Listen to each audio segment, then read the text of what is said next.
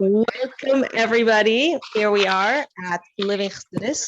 We are a women's organization here in Crown Heights that cares for young ladies in Crown Heights. So if you want to hear more about us, you can check us out on livingchassidus.org or check us out on any of our social media platforms, on our YouTube channel, and on all podcasting. You're the Instagram, Facebook. They should see me. Hi. So that's me. I want to first start by explaining that we're in the midst of a beautiful program here. I'll go down here. Of an amazing program called Systematic Avodah Initiative, where the ladies do daily readings, and they. Yeah, pull up a chair. There we go. I'll join you. The ladies do daily readings of the book Counting the Omer by Rabbi Simon Jacobson. And when they do their daily reading and they do weekly journaling, which is between them and Hashem, they don't have to share with anybody, then we actually give them a prize. And we also bring in an incredible speaker to come farbreng for them. So I want to share the prize for this week is a candle, a match tray. Yes, we did. We did. It's a beautiful thing when after you light candles and you have to put your match somewhere. So this is a nice place to put it. And it says, a little light dispels a lot of darkness, which is a quote from the Alter Rebbe. So you can check it out. So a huge mazel tov to everybody who earned it. I'm going to quickly mention your names. So we have Mazel tov to Esther Citron, Yosef Wood Eisenberg, Sima Deshevsky, Ariela Zuckerman, Bracha Zirkind, Esther Malka Cohen, Tehila Diaz, Rachel Fenwick Smith, Sarah Schwedelson, Chana Simcha, Shelby Aronson, Froma Hershkovich, Chaya Matasav, Vanessa Chalem, and Adina Lapine. If anybody else was missed, please contact me after, and please come on over to Living Chassidus Center to pick up yours. Now, we have the great zchus to have. Let's do this one. Oh, really? Because I found this. Don't. All good. Well, we're Hamish. Okay. Well, we have the incredible zchus to have Mrs. Rochie Pinson. We had her a few years ago, and she did a challah bake. It was actually for my birthday, so thank you so much for celebrating my birthday with me. At that challah bake, we gave her book, which I definitely suggest everyone should get a copy of this one. I mean, she also has you have another one, but this is the one I have here. Yeah, so no, this is the main one. This is the main one. Everything perfect. So this is beautiful. It is top-notch design. It is just the most stunning thing I've ever seen, I have to say. So thank you very much for joining us tonight. You're also an incredible speaker, and you are a shlucha. So yes. We are Hamish and very lucky to have you. Enough said. I will pass on the baton. Okay. And I'm going to clip this onto me. Is that what I'm going to do? Okay. Very good. That's my bag, but that's fine. It can live down here for a little bit. Okay. Yeah, sure. That's a good idea. Okay. All right. Let's get ourselves settled in. This is very special. I think it's been maybe even a few years since I did this other thing for you, which was a beautiful event. I'll never forget it. I do many challah bakes, but it was very special, and especially the group of women that came and the passion and the love for Chassidus. You really feel it here, and I love it. So when you asked me to come, I was very happy to do this. Okay, so we'll get started, and anyone who walks in afterwards will be welcome to join us. All right. Okay. So, ready? I didn't get your name. Chani. Nice to meet you. Good to be here with you all. Okay. So just to go over the topic again, although, maybe we'll digress a little here and there because, this is a Farbrengen style. It's not a lecture. So we'll see where it takes us. But we are speaking tonight about, is it possible to change? Is change really possible? We don't often question this because we kind of, as Chassidim, we talk a lot about change and we kind of take it for granted. But realistically, is change something that's actually possible? And this is the perfect time to talk about it since we are in Chodesh Iyar, which is a time of growth and movement and inner work, as all of you who are doing this work of the Sefiras HaOmer are well aware. So we're going to talk about this and we'll see what kind of conclusions we come to today. Let's see if we walk away feeling like we have any kind of answer. So heard a nice story. College student asked the Rebbe, what's the job of a Rebbe? Wanted to know years back, actually, when the Rebbe had a little more time and there was less chassidim, and there were people asked him these great questions and there were beautiful letters and responses. So a college student really sincerely asked the Rebbe, what is the job of a Rebbe? What does a Rebbe do? So the Rebbe responded with the words of the Frierdiker Rebbe. He quoted the Frierdiker Rebbe. And he said, in the words of the Frierdiker Rebbe, there are many treasures in this earth, right? They're embedded deep in the earth. And if you don't know that they're there, or if you don't know where to look, you're just going to see rocks and dirt, right? You might even step all over them. A Rebbe is a geologist of the soul, a geologist of the neshama. He can tell you that what you're going to find when you dig, and he can point the way. Then the Rebbe added, but the digging, you're going to have to do yourself.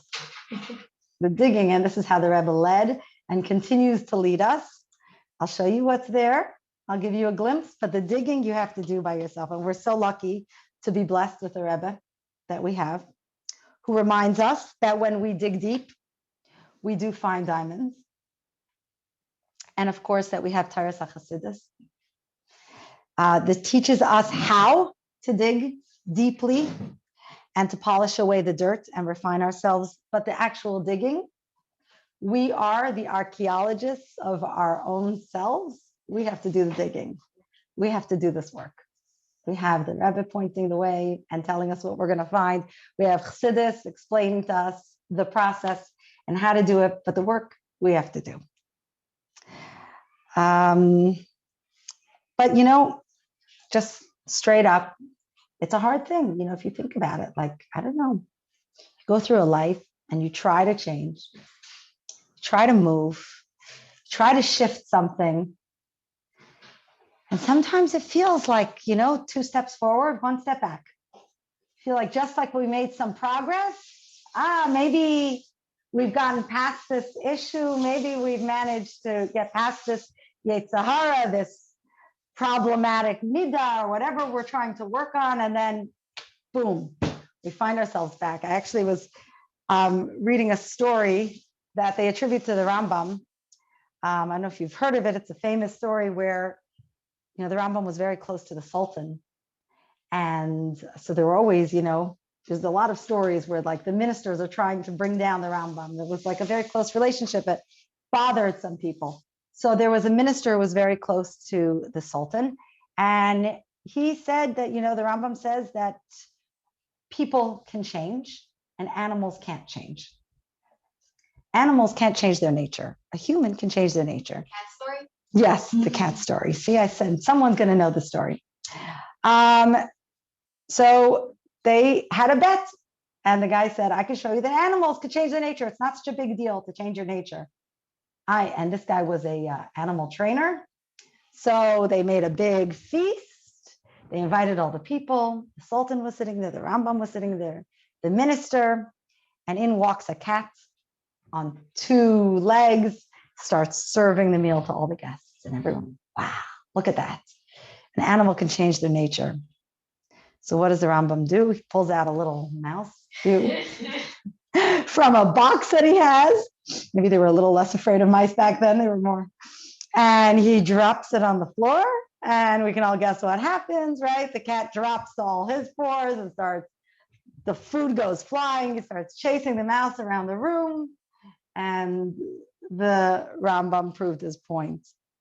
The Rambam had a lot of faith in us, in humans, because sometimes it feels like that, A cat is doch a cat, a cat is still a cat. And sometimes we feel like is this really possible? We can work on this one thing years and years in where we feel like we've overcome, and then someone drops the little mouse, that little, whatever it might be, our Achilles heel, what's that? The trigger, whatever it might be, that little thing. And it just gets us. And we're like, I thought I'm past this. I thought I worked on myself. How could it be that I'm back to square one? How could this be possible? It could be very demoralizing sometimes. You could really feel a chlishas adasa. You could feel a weakening of our resolve.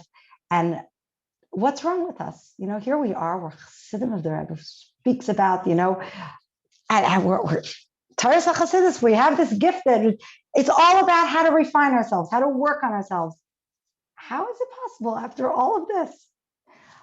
My husband had Zayde. I don't know if you've heard of Zalman Moshe. Yitzchaki was a big Hasid. He was a big character. And they asked him, once the Bachram asking him, tell us, Zalman Moshe, what's your derech and avodah? How did you get to where you are? So he says, 20 years Samach Vav, right? Rebbe Rashab's Maimer. 20 years I'm working on Samach Vav. Then another 20 years Iskafia. Then another 20 years Ishapcha. We all know these terms. And so 20 years I'm learning this deep Maimer of the Rebbe Rashab, right? Samach Vav. It's like the ultimate. Then 20 more years I'm working on Iskafia, holding myself back. Then 20 more years I'm working on Ishapcha, turning things around and shifting them.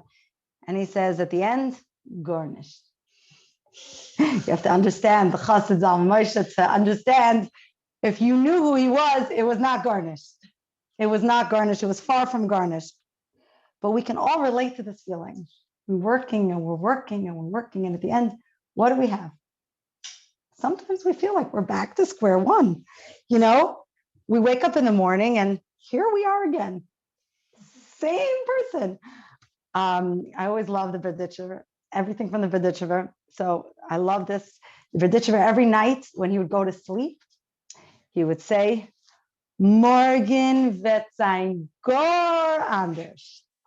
Tomorrow is going to be completely different. And then he would say to himself, Leivik, you said the same thing last night. He said, aber Heinz meint ich mit an emes. But today, I really mean it. Every single night. Understand? This is Avodah. This is Avodah. So these are the weeks, and these weeks in the Parsha we're reading all about how to become Kedoshim, right? This is Achrimais, Kedoshim, Emor, all of this is teaching us how to be holy. It just says, I'm holy. You're my people. You have to be holy. And how do we sanctify ourselves? Through our relationships, through our friendships, through sanctifying time, right? Today we read actually in Chumash, that we say in Kiddush on Yom Tif. These are the times that you will call them. You are going to sanctify. You're going to create these holy spaces in space, in time, in your relationships. Actually, today in the Chitas was beautiful because we read about Sefiras HaOmer, right? Is in today's Chumash. It was perfect. Perfect. Yeah, I love when that happens. Always. This is the gift of Chitas, is that there's never a moment where it doesn't give some extra added dimension to your day. It really is. It's a tremendous, tremendous gift. So how do we become holy? How do we do this work of becoming Kedoshim?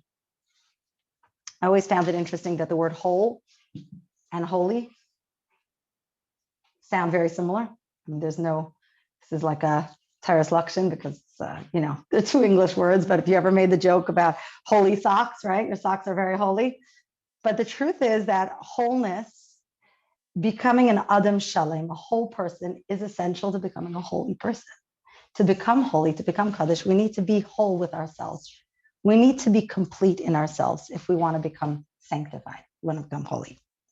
So this is what we're working on right now. This is the process. We're going from Exodus to redemption. We're going from Yitzias Mitzrayim to the Geula of Matan Torah. We're in a journey right now. we're progressing. This is kind of like, if you think about it, a person is chas v'shalom in a bad situation. I don't want to say bad relationship, chas v'shalom. Let's say a bad job. Okay, they have an abusive boss. They're in a terrible situation, and it comes upon them this opening, this godless, this glimpse, like we get on the Seder night. This glimpse, this godless rishon, this glimpse of what could be, this freedom. And they know they're in a terrible situation, and the only thought is to leave that situation. There's no thought to where you're going and what you're becoming, just the thought, get out. And the person leaves. That's Yetzias Mitzrayim. We left. But that doesn't automatically make them a redeemed person. That person now has a journey. They have this work that they have to do. They have to get to the point where that freedom is internal, where it's real to them. And that's the journey we're on now. We're moving. We had this gift, godless rishon, this glimpse that we got the night of the Seder, this possibility of Yetzias Mitzrayim, this possibility of Geula, was a glimpse that we got. And that's a gift. That was a gift, unearned. Now we have to earn it. Walking through this time of Sefiras HaOmer, the work that we're doing now, we're earning the godless sheni. And the godless sheni is the godless that is the one that sticks. It's the one that actually can stay with us because we've earned it. We deserve it. It resonates. It's part of who we are now. It's not just a momentary glimpse of something that could be, but it's something that is innate to us and becomes a part of who we are. So this space in between Yetzias Mitzrayim and Geula, it's not just an in-between time. Welcome. And sometimes we tend to think, I think it's very Western culture also, which is like a very male-oriented culture about results, getting to the destination, realizing your goals, right? It's all about the final number, do the tally, where did we get? And sometimes we take the journey for granted. We think that it's just like, when you're going on a trip and the flight, especially these days, I don't know if anyone flew these days, it's a nightmare. So the flight is just a means to an end. We're not looking forward to sitting in economy with a mask. Nobody wants that, but we know where we're going. So we'll put up with it and we'll get there. But it's interesting. Everyone has their methods. But this is the thing. There's something called jet lag, right? And you know what jet lag is? Where our bodies haven't caught up with the distance. We've traveled a certain distance, but it took too quick. It wasn't enough of a process. And therefore we end up with a lag. We end up with a delay. And our bodies need to catch up to that distance that we've traveled. So the journey is an in-between place, but it is a crucial time. There's tremendous, tremendous power in the journey. And I speak about this a lot. If you read my book on Challah, I definitely speak about this rising time and the process and the idea, especially as women, that we are involved in the work of nurturing. And this is an ongoing process. It's a process that we run 2 steps forward, 1 step back, right? Make the bed, it gets slept in, wash the dish, they eat on it again. I just slept there. They just threw a box of cookies right there. It's a constant work. And it's also emotionally, we give and we have to give more. And then we have to give more. It's an ongoing process. It's not like you can nurture and then say, at the end of the day, I did a good job. I'm done. Let me go to sleep for the night. It's an ongoing process. And sometimes when we're waiting for results and we think it's all about the end goal, we end up very frustrated. We end up in a state of frustration, feeling like, I just did that. But when we can understand the beauty in the process and the idea that there is a tremendous quality to every single moment in time, and just being present in that moment. And the Rebbe spoke about this, that every single day in Iyar has its own bracha. There's no Yom Tov in Iyar, right? It's and Lag B'Omer doesn't count. It's a fun day, but it doesn't count as a Yom Tov. So there's no Yom Tov in Iyar, but every single day in Iyar has its own bracha. Every single day is so precious. Sefira is like from the word sapir, a sapphire. Sparkles every single day of the Sefira, sparkles with its own quality, deserves its own bracha because it's so precious. Every step in this process is crucial. It's crucial. And not talking about the end goal. So this is a month that's a bridge month. It's how we get from the place of Yetzias Mitzrayim to a place of Geula. It's how we're building in maturity. We're growing our kelim so that we can receive the Torah. And that when we receive this Torah, it's not just in the wind. It actually changes us. It affects us. It transforms us so that we're not the same person we were before we heard Sefiras HaOmer. So that actually changes who we are. This is the process of maturity. If you teach a child, you could tell a kid, candy is going to make holes in your teeth. Candy has red dye number 40. It's bad for you. You're going to get hyper. I'm going to be miserable. You could tell them all the stuff. When they're going to put candy in front of them, they're still going to eat it, right? And for ourselves too, there's a disconnect sometimes. We know something's not good for us. We know we probably don't need chocolate cake right this minute, but it's there. And somehow all that information we know about chocolate cake goes out the window when it's a lack, it's a dissonance, right? It's a lack of connection between the information and our behavior. The amazing story of the Frierdiker Rebbe when he went once to a doctor. And at the beginning of the appointment, the doctor says to him, there's new information coming out. And the Frierdiker Rebbe smoked, like everyone smoked that nonstop. That was the whole day, everyone was smoking. Nobody even knew there was any problem. And the doctor said to him, there's information coming out now that smoking is not so good for you. So, maybe you should smoke a little less. It's not so good for your body.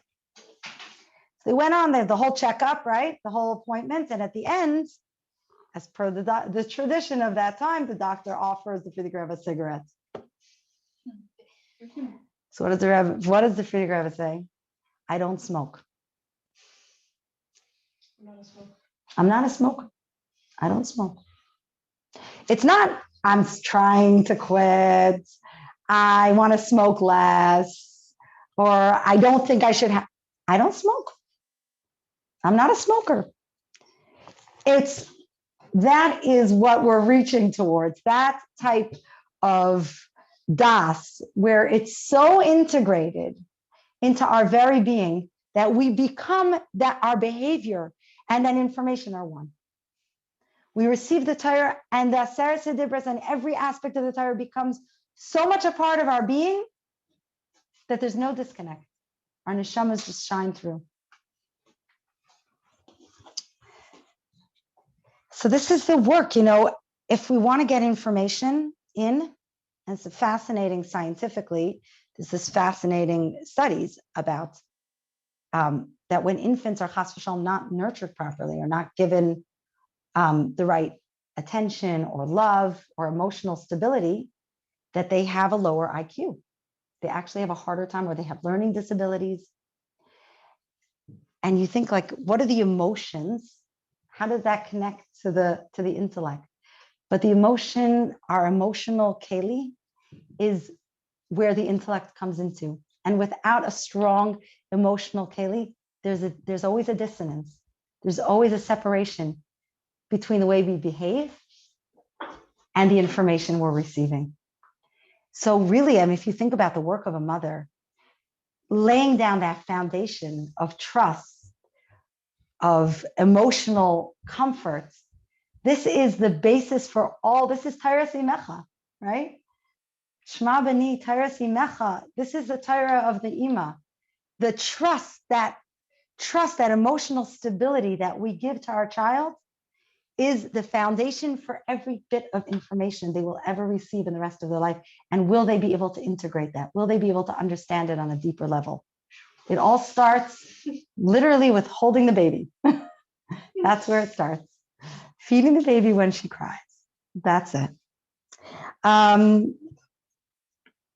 So it's very interesting what happens, in this process here. We think about Pesach time, right? We go into this complete cleanse of chametz. We completely clean ourselves out from ego, from gaiva, right? We talk about chametz is inflammation. It's all the excess, the stuff that's blocking, the old stuff that doesn't let us bring in anything new. And we do this extreme cleanse. It's completely extreme, right? I mean, the Isser of chametz is like one of the strongest Isserim in the whole Torah, other than Avodah Zarah. It's the same. It's so strong. So we do this intensive cleanse. And, if you've ever done a cleanse before, one of these, detox things, I confess, I have gone over to that side for a little bit in my life, but it's good. It's all part of experience. So we can understand these things. So what happens after you finish the cleanse? That's when you're the most vulnerable, right? When you're emptied out, and then you have to start reintegrating. Because let's say you're only going on juice, you have to start eating again. Can't live on juice alone. Chametz also. Chametz is not treif. Chametz is not forbidden. Chametz is good for us. We have to start bringing it back. But how do we bring it back? This is the most crucial element. We got rid of it. Just get rid of it. Okay, but now we have to start bringing it back. Pizza Matzah Yom Tov is definitely one way. That might not be the most gradual way to bring it back. So the Torah has a different way of bringing it back. What happens? Mirachras HaShabbos, Sfarat Lachem, right? We bring, that's after Pesach. But on Pesach, after they brought the Korban Pesach in the Beis Hamikdash, right? The very next day, they brought the Omer.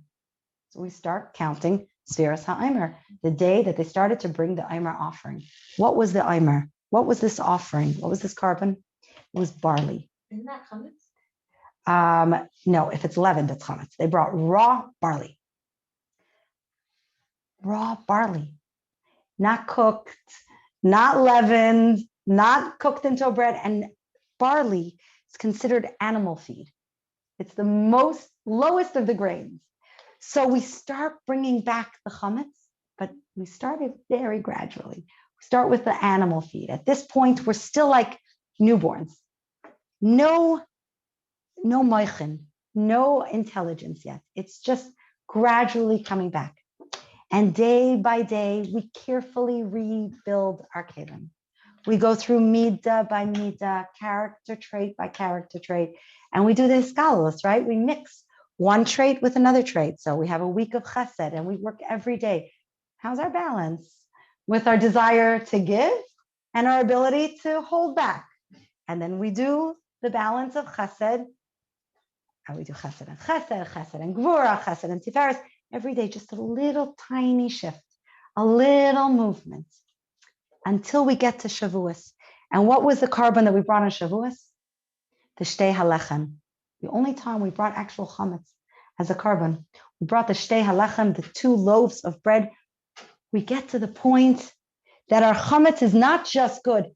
We're able to bring it as a korban. It's so holy. It's so sanctified. Our kelim are so purified and refined. We can actually bring it as a korban in the Beis Hamikdash. This is the process that we're working through now. This is the process and how we shift, how we move. So we're counting the Sefiras. We're going through our midas. We're working with our nature. We're working with our character traits to transcend our nature. So back to our original question, is this actually even possible? Is this even possible? We talk so much about this in Yiddishkeit, right? Not to be stuck. Go out of your meitzarim. Lech lecha, right? The first thing Avram Avinu is told, how does our story begin?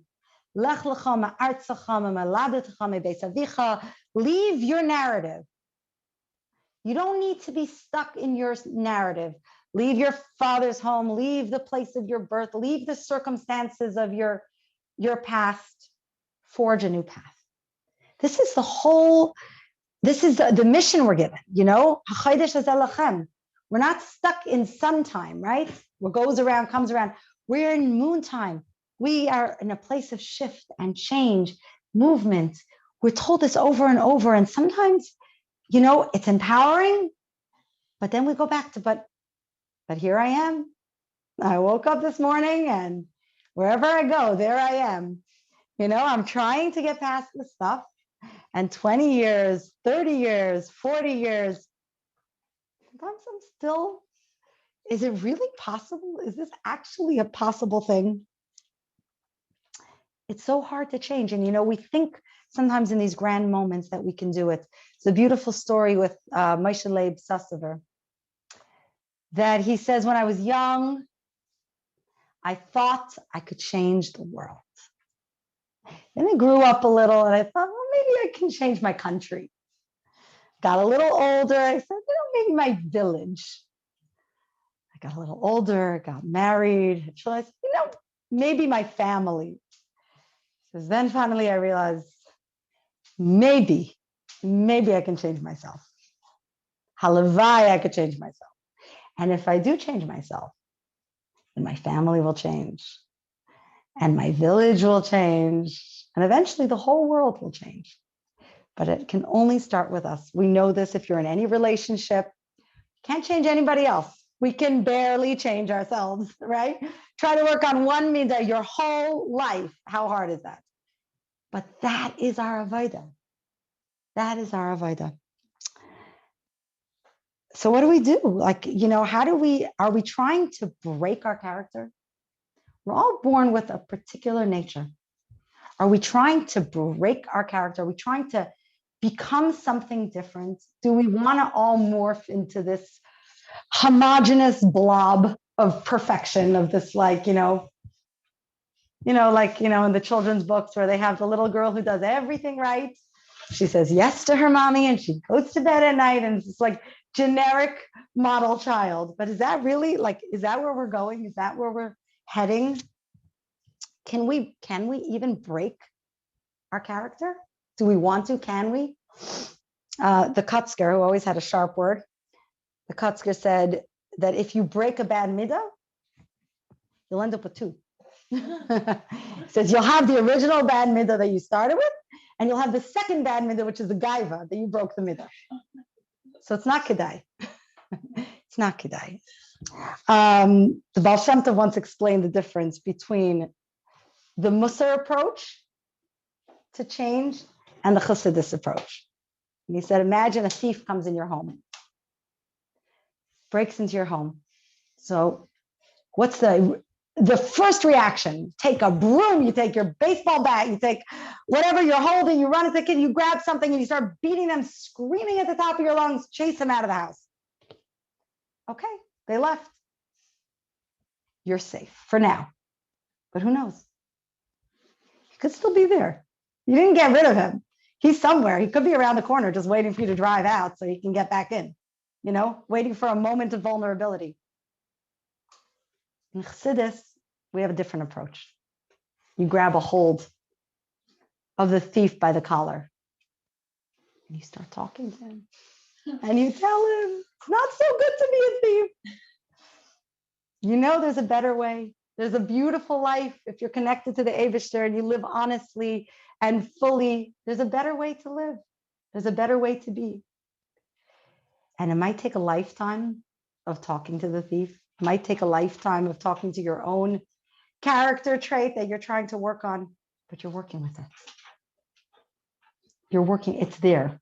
It's in your line of vision and you're working with it.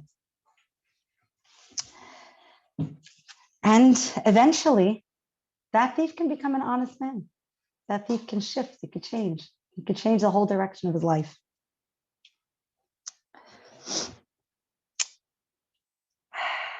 The Rebbe used to say, when they asked him, how come he doesn't get tired by dollars, right? We all know this. How come you don't get tired? Hours and one person, another person. You don't get tired. The Rebbe said, when you're counting diamonds, you don't get tired. You don't get tired when there's diamonds coming in front of your eyes. Who gets tired of seeing a beautiful diamond? But every diamond, every precious stone starts off as a rock, right? And again, if you're not a Rebbe and you don't have that quality, you might not see it. You might not recognize. You might look and see dirt and stones There's a lot of polishing involved to get to the point where a rock becomes a sparkling diamond.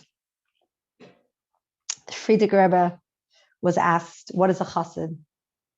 And he said, a Hasid is, you all know this, a lamplighter, right? But what does a lamplighter do? How does a person become a lamplighter? You have to recognize that flame that's ready to be lit in each lamp. You have to be able to look at that lamp and understand that even though it's dark, there is a wick in there, just waiting to be lit. And how do we do this? The Frierdiker Rebbe continues and speaks about how does one become a lamplighter? How does one become a chassid? You have to be able to see that within yourself. We have to refine ourselves. If we are chas v'shalom coarse on the outside, then we will only see the coarseness of another person. We won't see that light that's waiting to be lit. Through the work of refining ourselves, of polishing ourselves, of getting deeper down to our essence, we see our own lamp and we recognize that in other people. You know, v'ahavta l'reacha kamocha, a cousin of mine, Dina Schusterman, just wrote a very nice article on this. And she said, you know, it's a two-part instruction. You know, when you give kids instructions and you give them a few instructions in one, and sometimes they miss part of the instruction. V'ahavta l'reacha kamocha is a two-part instruction. There's kamochas in there. And without kamocha, there's no v'ahavta l'reacha. If we can't recognize the diamond within ourselves, then we're not going to see that in another person. So it really begins with seeing that in ourselves and remembering that it takes a diamond to polish a diamond. Only a diamond is strong enough to polish a diamond. If we want to do that work, we ourselves have to recognize the diamond that we are. And, you know, when we talk about breaking our midas or changing, it could lead us to a real nefila, lead us to feeling bad about ourselves. Like there are things in me that I have to get rid of, that I have to change. And this is a dangerous path to go down, you know, because the truth is that every single midah, and we go through all the midas in the Sefira, we go through them 7 times. Every single midah is positive and useful and important. And we are not homogenous. We are not all supposed to be the same. If you look at the story of the tzaddikim, you look at the story of the avos, there's personality there, right? We talk about Avram as an ish chesed. We talk about Yitzchak as a person of gevura. If Avram was not ish chesed, he wouldn't be who he was. And all his tests that he was given were to test if he could balance that chesed, which he proved that he could. He could balance his teva.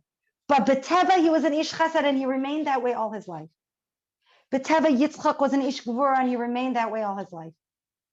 We have to appreciate the gift that is our own particular character and learn to see the beauty in each midah.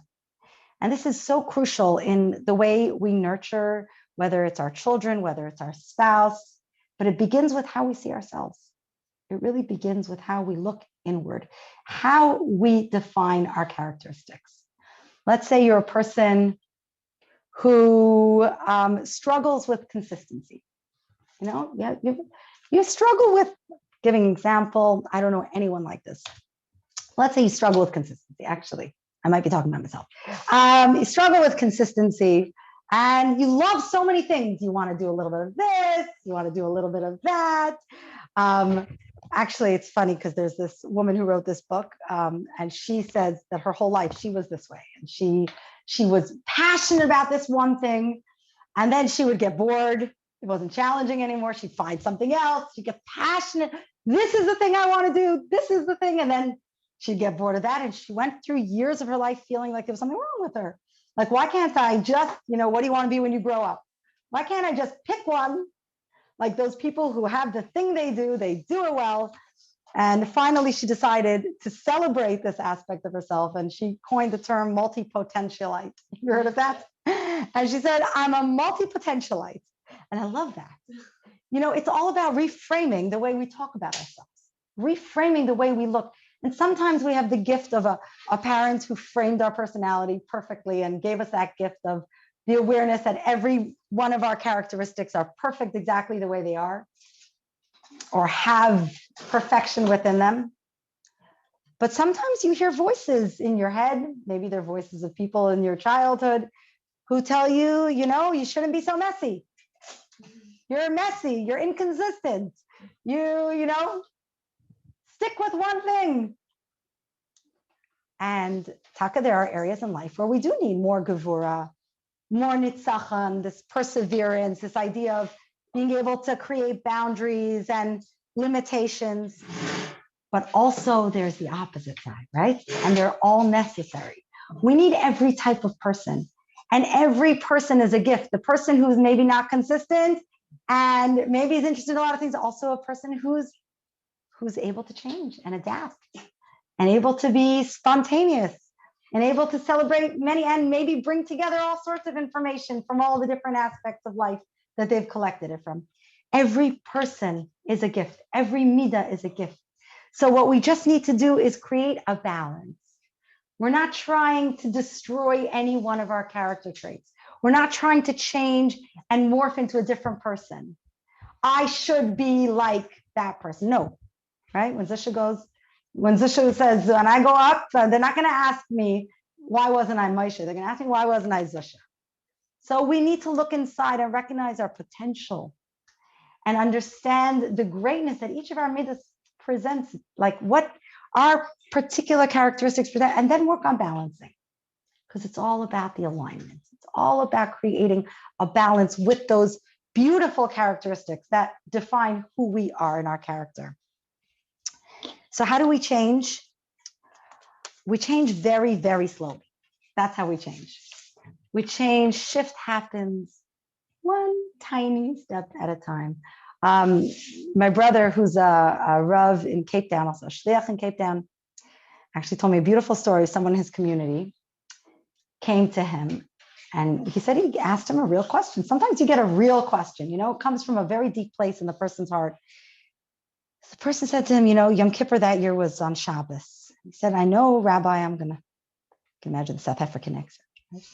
This was a young man, very successful, loved to party hard. Every weekend he was out driving his Lamborghini, doing what he did. He says, Rabbi, I'm going to be in Shul the whole Yom Kippur.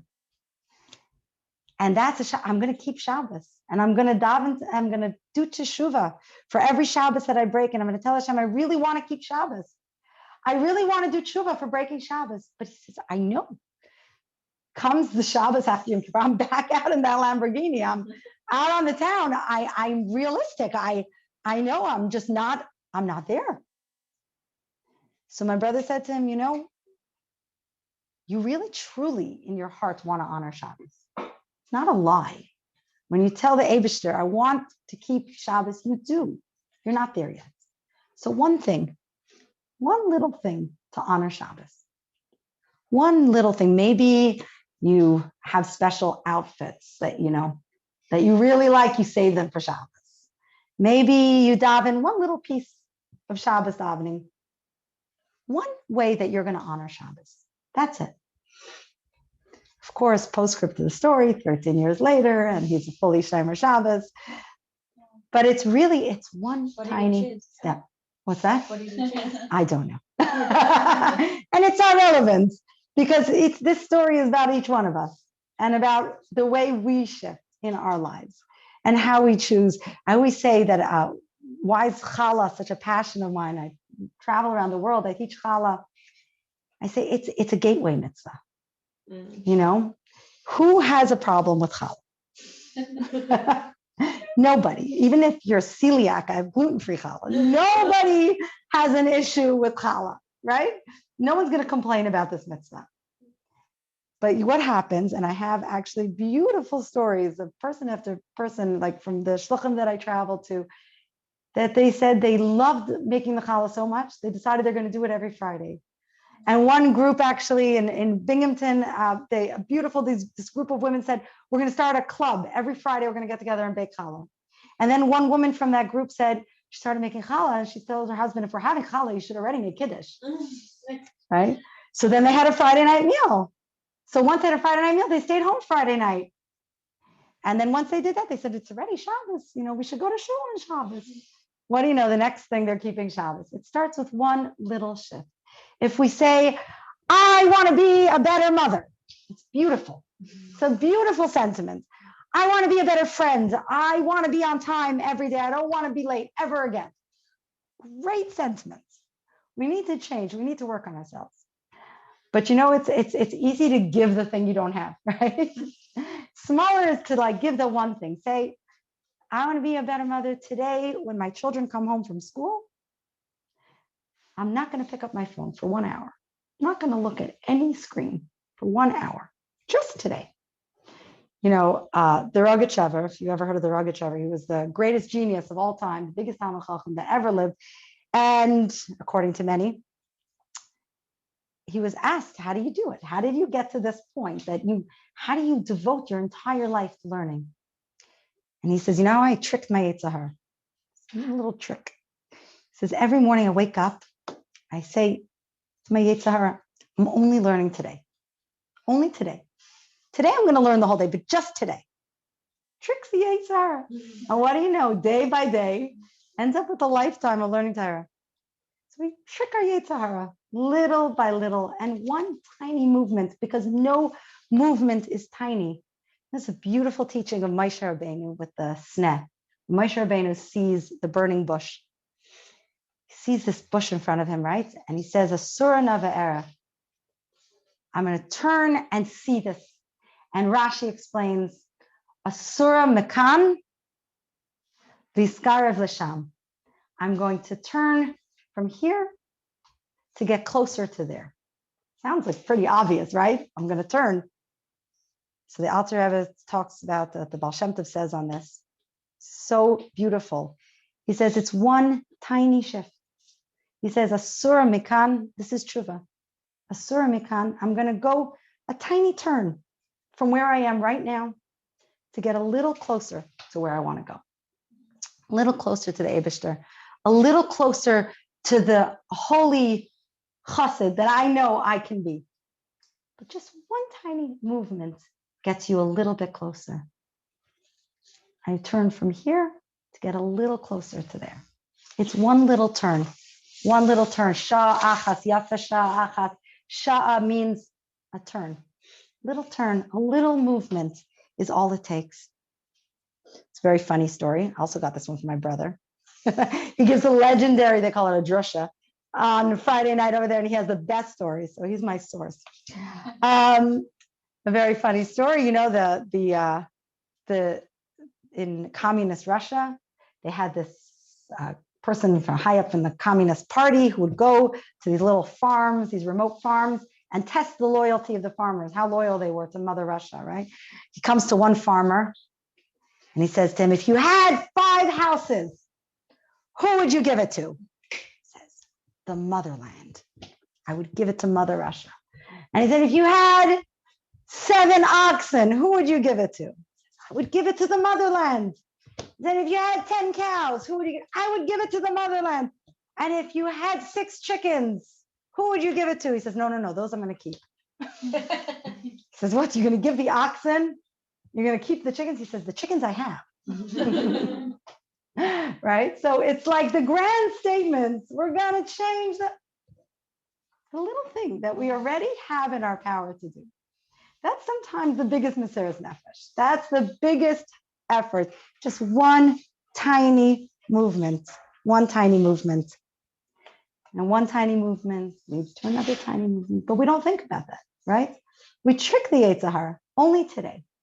Only today I'm going to do one little tiny change. But for the Rochie, was it really that hard to sit around? I think for everybody, it's an effort. If it wasn't an effort, it's not worth anything, right? Without avodah, there's no worth that. And to anybody to devote their entire life to one thing is tremendous avodah. Takes avodah. That's also a good lesson, even for the Rochie. It's a treasured it. Like, yeah. If you're like, this is the day. Yeah. Like every time. That's it. It's like it's over. That's beautiful. Exactly. Like, if we say today is the only day I'm going to do, right. Imagine on Shabbos, we say, this is the last Shabbos. That's it. This Shabbos is the one Shabbos. Imagine how we're going to keep that Shabbos. Imagine the joy and the pleasure we're going to get out of that Shabbos, right? And that's really how we live as Yidden, right? There was the story of the Yid who was in prison, and he said he was only going to be given one day to do mitzvahs. He was only going to give one day to keep the Torah, and he said, which day should I? And he wrote into the Rebbe, should I wait for Yom Kippur so I could keep the Torah on Yom Kippur? I can fast, I can daven. Should I wait for Sukkot so I could do a little bit extra? And the answer was today. The day you're able to, the first day you're able to, that's it. Just today. Start with today. Today is the only day that exists. So today, what am I going to do? One little tiny thing. We don't look at the big change. We look at one little tiny thing. Tonight is actually, if you haven't counted yet, I think everybody here is probably counting. It's the 32nd night of the Omer, and which is Netzach Shebahid, right? So I think that really speaks to this work that we're doing here, because Netzach, what is the balance of Netzach and Haid? Netzach, is this for me actually? Mhm. Thank you so much, Brach. Chaim. Netzach is this outward desire to produce, ambition, right? It's that ability to make things happen. It's the desire for growth, for movement. And Haid is the humility of understanding that there's a greater power. So a very important part of this picture is right? We say in Pirkei Avos, which we're learning now, which is also part of this journey to becoming a mensch. Derech Eretz Kadma L'Torah. We know before we can get the Torah, first, if we want to be divine, first we have to be human, right? So first we need to be a mensch. And we say in Pirkei Avos, it's not all on you, right? But tell me, you're not free to cop out on it, but it's not all on you. Just remembering that without the Eibishter, nothing's possible. And this balance of movement towards change, and what can we do with Haid, with the humility of understanding that the Eibishter is holding our hands, and that there's a plan for us, and that we're going along with that. So this balance is what we're working on tonight. And remembering that the Eibishter is with us.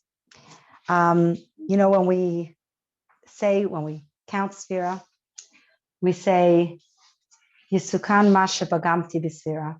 We should fix the pigam, this blemish, this little boo-boo that I have with this particular Sefira, Netzach Shebahid, or whatever night we're counting. We should fix just this little midah, this midah balanced with this midah. And through that, V'etaher v'eskadesh b'kedusha shel Maila. I'll become tahar, I'll become pure, I'll become kaddish, I'll become holy with the kedusha of Maila. And then this is my favorite part. We say V'al yedei zeh, and through this, yushva shefa rav b'chol ha'olamos. There will affect, it will influence a tremendous shefa, tremendous abundance. B'chol ha'olamos, not just in your house, not just in your heart, one tiny little fix, one tiny little movement, and we can influence shefa rav, abundance in all the universes. One little movement on our part, and we're talking changing the whole world, not just this world, but all the worlds. So this work that we're doing is the work of Chassidus, of refining ourselves, of remembering our inner beauty always throughout the process, celebrating that. And we know that Iyar is the month of healing, right? Aleph Yud Yud Reish is Ani Hashem Refecha. It's also the 8th month of the year. 8 is the number of healing, right? 8th bracha on Shemini Esrei. Refaini. This is the month of healing. And the highest level of healing is really when we have balance, right? Balance in everything. Perfect alignment is a place of physical healing. It's a place of spiritual healing. So through the gift of Sefiras HaChasidus, through the gifts of the teachings of our Rebbe and our Rebbeim that teach us how to refine ourselves, we will arrive at Shavuos, when we receive the Torah's Chaim, Eitz Chaim Hi Lamachazikim Ba, that the Torah is a living tree that gives life and health to all who hold on to her. And through this work, we will find perfect healing in our own neshamas, in our emotional selves, in our physical selves. And the Mitzvah Hashem will bring healing for the whole world. So, Chodesh Tov. I know I usually do it on the Rosh Chodesh, but we're in the middle, but it's never too late, right? Nishtakim Farvalam. We're just coming from Pesach Sheni. It is always another chance. So if you haven't counted Sefira yet, if you haven't started the work yet, it's never too late. Remember, it's a work in progress. It's a lifelong work. And Baruch Hashem, it comes around every year again because we need it every single time again. We're never done the work. We're never done. Yes, exactly. It's a spiral, and hopefully we're growing each year as we progress. So, Thank you. but through a little. But do we want to actually change, or do we want to grow? We don't want to change, as in we don't want to. So this is the answer, right? We don't want to change. We don't want to become a different person. We want to refine. We want to create a new twist to our story. That place that we say we can't, or we're stuck, or we can't move there, a little movement right there. Just a little movement right there. That's big. And that's big. So Like stretching. yes, exactly. It's stretching, beautiful metaphor. You know, when you stretch, every little stretch, suddenly after a week of stretching, you well, I couldn't do this last week. Look what I could do today. It's a stretching exercise. I love that. Okay. Thank you so much.